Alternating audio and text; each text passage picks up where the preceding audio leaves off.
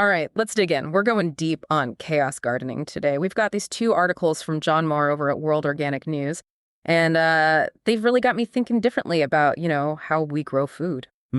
Yeah. Chaos gardening.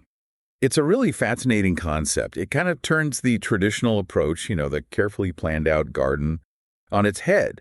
It suggests that maybe, just maybe, a little bit of chaos, controlled chaos, of course, could actually lead to some pretty amazing results. Yeah, it seems like from what I'm reading, it's really about like embracing nature's complexity and all that. But, part of me is a little skeptical. I mean, can a garden that's like deliberately chaotic, can it really be productive? Well, one of the articles talks about this farmer, Tom Cannon. He's actually using a 6-acre chaos garden as a cover crop. And get this, the results are pretty impressive. I mean, he's got over 15 different edible plants all growing together. And not only is it producing a ton of food, but it's really improving the health of his soil, too. 50 different plants. Wow. That just sounds like, to my very organized mind, that sounds like a recipe for disaster. What's the thinking behind that kind of diversity? Well, it's about mimicking natural ecosystems. Yeah. Think about it like in a forest or a meadow. You've got this incredible variety of plants all coexisting. Yeah. And there's a reason for that. This kind of diversity, it makes the system more resilient, less susceptible to pests and disease. And it creates this really rich environment for all those beneficial insects and soil microbes. Oh, okay. So it's not just like randomly throwing seeds around, right? There's a method to this madness. But I gotta ask, how does this connect to those bigger issues, like food security and climate change? Those are some pretty big claims. Yeah, they are. And the articles actually tie chaos gardening to the work of Dr. Christine Jones. She's a soil ecologist, really a leading voice in regenerative agriculture. And she really emphasizes just how crucial soil health is to our food systems and, even to the climate. Right, healthy soil. I know it's important, but, break it down for me. How does a garden, even a chaotic one, play into something as massive as climate change? Well, think of the soil like this giant carbon bank, right? And depending on how we manage it, that bank can either store carbon, acting as what we call a sink, or it can release it into the atmosphere, and then it becomes a source of carbon. Okay, so we want soil to be a sink, pulling carbon out of the air. How does chaos gardening play into that? It's all about photosynthesis. By keeping the soil covered with a diverse mix of plants year-round, we can really maximize that photosynthetic activity. Plants use sunlight to capture carbon from the air, and they convert it into organic matter, which then enriches the soil. So more photosynthesis equals more carbon being stored in the soil? Makes sense. But does this chaotic approach actually, result in food that's more nutritious? That's a great question. And something Dr. Jones addresses head-on in her research. She points out this pretty alarming statistic. Nutrient levels in our food, they've actually dropped significantly over the past 70 years, largely due to soil depletion. Hold on, wait. Our food is less nutritious than it used to be? Seriously? It's a pretty concerning trend, yeah. You see, modern agricultural practices, they often focus on yield, producing as much as possible. But they often do that at the expense of nutrient density. What Dr. Jones argues is that by building healthy, biologically active soil, we can actually reverse this trend. So it's not just about growing more food, it's about growing food that's actually good for us. Right. And chaos gardening could be a way to do that. That's the idea. By fostering a thriving soil ecosystem, we can grow food that's not only more nutrient-dense and more flavorful, but it's also naturally more resilient to those pests and diseases. It's a win-win, really. Okay, I gotta say, you're starting to convince me that there's something to this whole chaos gardening thing. But it still sounds like a lot of work, honestly. Wouldn't a traditional garden be easier to manage? Well, it definitely requires a bit of a shift in mindset, that's for sure. But I wouldn't say it's necessarily more labor-intensive. It's more about, working with nature, not against it. And the results, as we've been talking about, can be pretty remarkable. Less work, more food, healthier food, and it helps the planet. All right, I see the appeal. What else can you tell me about the benefits of this approach? One thing the articles highlight is how chaos gardens can play a part in building more resilient, more localized food systems. Imagine if more people were growing a diversity of food right in their own backyards or in their communities.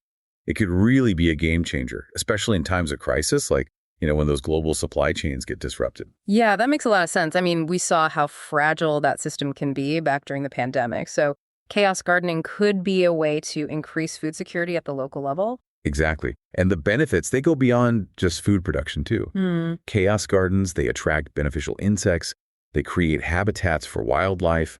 They really enhance biodiversity. It's about creating a thriving ecosystem, not just a monoculture. So we've touched on the potential benefits, but what about the practical side? How do we actually apply these principles of chaos, in a garden setting? Well, that's where Dr. Christine Jones's 5 principles for a thriving carbon cycle come in. They offer a framework for building healthy soil and maximizing the benefits of chaos gardening. Okay, now we're getting to the good stuff. Let's break down those principles and see how they actually work in practice. All right, the first principle is green is good and year-round green is even better. It emphasizes this idea of photosynthetic capacity, which is basically the ability of plants to capture sunlight and turn it into energy. So it's not just what we plant, it's when we plant it. We want to make sure there's always something growing to maximize that photosynthetic power. You got it. Keeping the soil covered with green plants all year round, even during those off-season months, it's key for building healthy soil and sequestering that carbon. All right, I'm starting to see how all these pieces fit together. What's the second principle all about? Principle number 2 is microbes matter. This one really highlights just how essential those tiny little organisms living in the soil really are. They're the unsung heroes of a healthy ecosystem. I've heard a lot about soil microbes and how important they are, but I gotta be honest, I don't really get what they do. Think of them as master recyclers and nutrient providers for the plants. They break down all that organic matter, they release nutrients in forms that plants can actually absorb, and they even help to protect plants from disease. Without them, the whole system just wouldn't work. Wow, okay. I'm starting to appreciate just how much is going on beneath the surface in a healthy garden. So keeping the soil covered keeps those microbes happy, keeps that carbon flowing. It's amazing how much these tiny things impact the whole system. What else did Dr. Jones have to say? Well, her third principle is diversity is not dispensable. And this, ties right back to the heart of chaos gardening. A monoculture, where you're just growing one type of plant, it just can't compete with the resilience and richness of a diverse ecosystem. That makes sense. Putting all your eggs in one basket, something wipes out that one plant, and boom, your whole garden's in trouble. Yeah, exactly. But with a mix of different plants, you're creating a more stable system, a more balanced system. Different plants have different root systems, different nutrient needs, different relationships with those microbes, and it all creates this complex web of interactions that strengthens the whole system. So it's about creating a plant community, not just rows of the same thing. But isn't that harder to manage? I mean, wouldn't it be easier to just stick with a few, tried and true plants? It might seem that way at first, but think about how nature works, right? Forests, meadows, they're incredibly diverse, and they thrive without any human intervention whatsoever. Chaos gardening is about tapping into that natural wisdom. So we're taking cues from nature's playbook, basically. I like that. What's the next principle on the list? Principle number 4 is limit chemical use. This one's pretty straightforward. Excessive use of chemical fertilizers, pesticides, it can actually harm those soil microbes. And it creates this dependence on external inputs, which isn't really sustainable in the long run. Yeah, it's like this vicious cycle, right? Use chemicals to fix a problem, then you need more chemicals to fix the problems caused by the first round of chemicals. It just doesn't seem sustainable. Exactly. What Dr. Jones argues is that when we rely too much on chemical fertilizers, we're basically bypassing all those natural processes that should be happening in healthy soil. Plants become less reliant on those symbiotic relationships they have with the microbes, and the whole soil ecosystem just weakens. So it's about getting back to the basics, letting nature do its thing. What's that final principle that Dr. Jones highlights? All right, the 5th principle is animal integration. Now, this one might not be practical for everyone, especially if you're gardening in a small space, in an urban environment or something. Yeah, not all of us have room for a flock of sheep roaming around the backyard. But I am curious about, the role that animals play in creating healthy soil. Well, animals have always been a part of natural ecosystems. Hmm. I mean, for millennia, right? Their grazing patterns, their manure, even just their hooves, it all plays a role in nutrient cycling, soil aeration, seed dispersal. It's all part of this natural system that's been working for, a very long time. So it's about mimicking those natural grazing patterns, even on a smaller scale. But how do we actually do that, in a typical garden setting? There are definitely some creative ways to integrate animals, even in small spaces. Some people use chicken tractors, those movable pens that allow the chickens to graze and fertilize small sections of the garden. You can even use smaller animals, like ducks or rabbits, depending on what you're growing in your space. So there are options, even if you don't have a farm. It's about being resourceful and finding ways to apply these principles in a way that works for your situation. Exactly. And you don't have to do everything at once. Start small, experiment, see what works best for you in your garden. Now, going back to the articles for a second, one of the things that really stood out to me was John Moore's vision of incorporating chaos gardens into urban spaces. What do you think about that? Oh, I think it's a fantastic idea. Imagine transforming all those neglected spaces, those nature strips, those public green spaces, turn them into these vibrant, edible landscapes. It wouldn't just make our cities more beautiful, it would also reconnect people with nature, with local food sources. I love that. Walking down the street and being able to pick some fresh herbs or vegetables right from the sidewalk, it creates such a sense of community, real connection. Absolutely. And it could be a really powerful tool for education, for awareness. Imagine kids learning about biodiversity, about soil health, right in their own neighborhoods. It's about making sustainability tangible, accessible for everyone. Speaking of tangible examples, one thing that really stuck with me from the articles was that anecdote about the slug infestations in the maize crops. Can you refresh my memory on that one? Oh, yeah. That was a perfect illustration of how, messing with the natural balance of things can backfire big time. The farmers, they were using these neonicotinoid-treated seeds to protect their crops from insects. But guess what? Those chemicals ended up poisoning the slug predators, which led to an even bigger slug problem. It's like that classic, trying to fix one problem, but you end up creating another one. It just shows how important it is to really understand those intricate relationships in nature and work with them, not against them. Absolutely. And I think that's a core principle of chaos gardening, recognizing that nature has its own wisdom and that we can learn a lot by observing and working with those natural systems. Speaking of observation, the articles also talked about using a refractometer to measure sugar levels in plants. What's that all about? That was a really interesting point, too. A refractometer. It's a tool that measures the Brix level in plants, which is basically the sugar content. Higher Brix levels generally mean healthier, more nutrient-dense plants. So it's like a way to measure the health and vitality of your plants. For real. That's cool. It is. It gives you this window into what's going on inside your plants and allows you to see the effects of your gardening practices. It's a great way to become a citizen scientist right in your own garden, experimenting and observing what works best. It's like having a secret decoder ring for your garden. I love that. And it all comes back to this idea of embracing a little chaos. It's not about giving up control altogether, but it's about recognizing that nature thrives on complexity.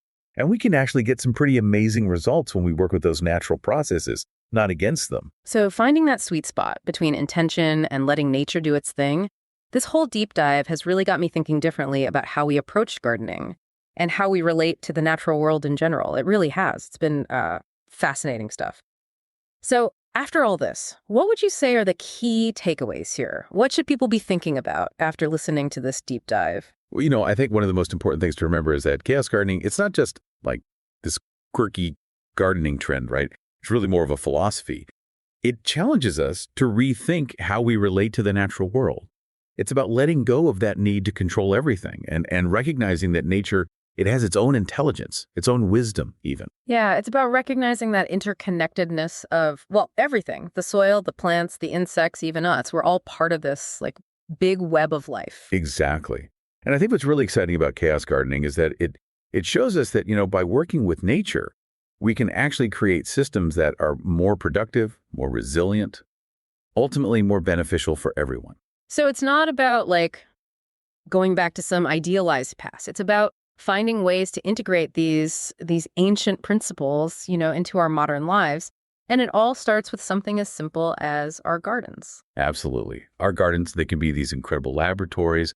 We can experiment, we can observe, we can learn from nature. And what's so empowering about that is that anyone can do it, You don't need a big farm or degree in botany to start embracing these principles. So for someone listening to this who's feeling inspired and maybe, a little overwhelmed, what would you suggest? Where should they start? I'd say just start by observing. Spend some time in nature, whether it's a park, a forest, or even just your own backyard. Pay attention to the diversity of plants, the insects, the way things grow, the way they interact. Let nature be your guide. So it's about tapping into that innate wisdom that's all around us. And then what? How do we actually translate those observations into, action in our own gardens? Start small. Experiment. Plant some different things together. See what happens. Don't be afraid to make mistakes. That's how we learn, right? It's a journey, not a destination. Yeah, I think that's what I'm taking away from this. Chaos gardening, it's as much about mindset as it is about specific techniques. It's about being curious, being open to new possibilities, and trusting in the power of nature. And as you said, anyone can do it. It's empowering. It really is. And that's what makes it so exciting. This whole deep dive, it's been really eye-opening, to be honest. It's challenged me to rethink some of my own assumptions about gardening and to appreciate the beauty and the power of nature's chaos. Me too. And you know what? I'm feeling inspired to get out there and get my hands dirty. I think I might just try this whole chaos gardening thing myself. I think you should. And I bet you'll be amazed by what you discover. Who knows? Maybe you'll even unlock a whole new level of abundance and joy in your garden. Well, I'm definitely willing to give it a shot. And to all our listeners out there, I encourage you to do the same. Embrace the chaos, experiment, and see what magic unfolds in your gardens. And hey, if you do, be sure to share your experiences with us. We'd love to hear about your adventures in chaos gardening. Absolutely. Connect with us on social media, through our website. Let's keep this conversation going.